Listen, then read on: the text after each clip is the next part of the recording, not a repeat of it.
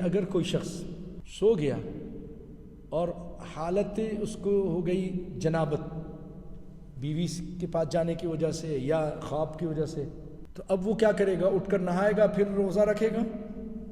نہیں، وہ ہاتھ وہ دھو لے، اگر وضو کر سکتا ہے تو اچھی بات ہے، ورنہ ہاتھ دھو کر ہی جو بھی کھا سکتا ہے وہ کھا لے۔ اگر ادھر نہانے جائے گا تو ٹائم شروع ہو جائے گا، اذان ہو جائے گی۔ اس کے بارے میں سنیں، ایک دو حدیثیں سن لیتے ہیں۔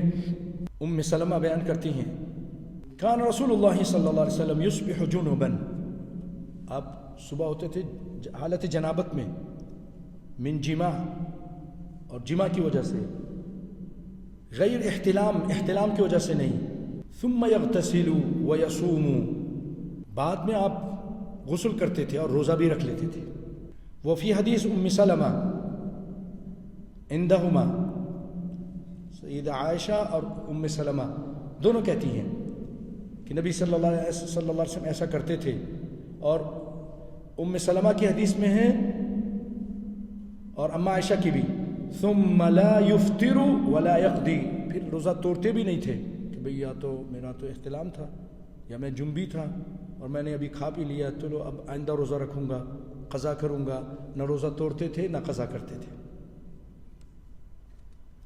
ایک شخص آیا، اما عائشہ روایت کرتی ہیں کہ اللہ کے رسول، تدرکنی الصلاۃ وانا جنب فاصوم، اللہ کے رسول نماز کا ٹائم ہو جاتا ہے اور میں حالت جنابت میں ہوتا ہوں تو میں روزہ بھی رکھ لوں؟ مطلب یہ اتنا کم ٹائم ہے کہ نہانے جاؤں گا تو کھا نہیں سکوں گا، تو میں کھا لیتا ہوں اور روزہ رکھتا ہوں۔ تو آپ صلی اللہ علیہ وسلم نے فرمایا، اس نے ایسا کہا نا، آپ نے فرمایا انا تدرکنی الصلاۃ وانا جنب فاصوم، مجھے بھی ایسا ہوتا ہے کہ میں حالت جنابت میں ہوتا ہوں اور نماز کا ٹائم ہو جاتا ہے اور میں روزہ رکھتا ہوں۔ تو وہ کہنے لگا، اللہ کے رسول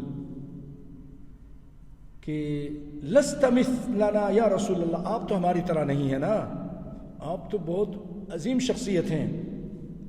تو فقد غفر اللہ لک ما تقدم من ذنبک وما تأخر، اللہ نے تو آپ کے اگلے پیچھے سب معاف کر دیے ہیں۔ فقال واللہ انی لارجو ان اکونا، میں امید کرتا ہوں کہ میں اللہ سے سب سے زیادہ ڈرنے والا اور سب سے زیادہ علم والا اور متقی ہو جاؤں، میں یہ امید کرتا ہوں، لیکن اس کے باوجود میں جب ایسا کر لیتا ہوں تو تم بھی ایسا کر لو، کوئی حرج نہیں ہے۔ اگر جنابت ہو گئی ہے یا احتلام ہو گیا ہے اور ٹائم کم ہے، کھانا ہے تو کھا لو، کھا سکتے ہو، ہاتھ دھو لے بس، اگر وضو کر سکتے ہیں تب بھی اچھی بات ہے۔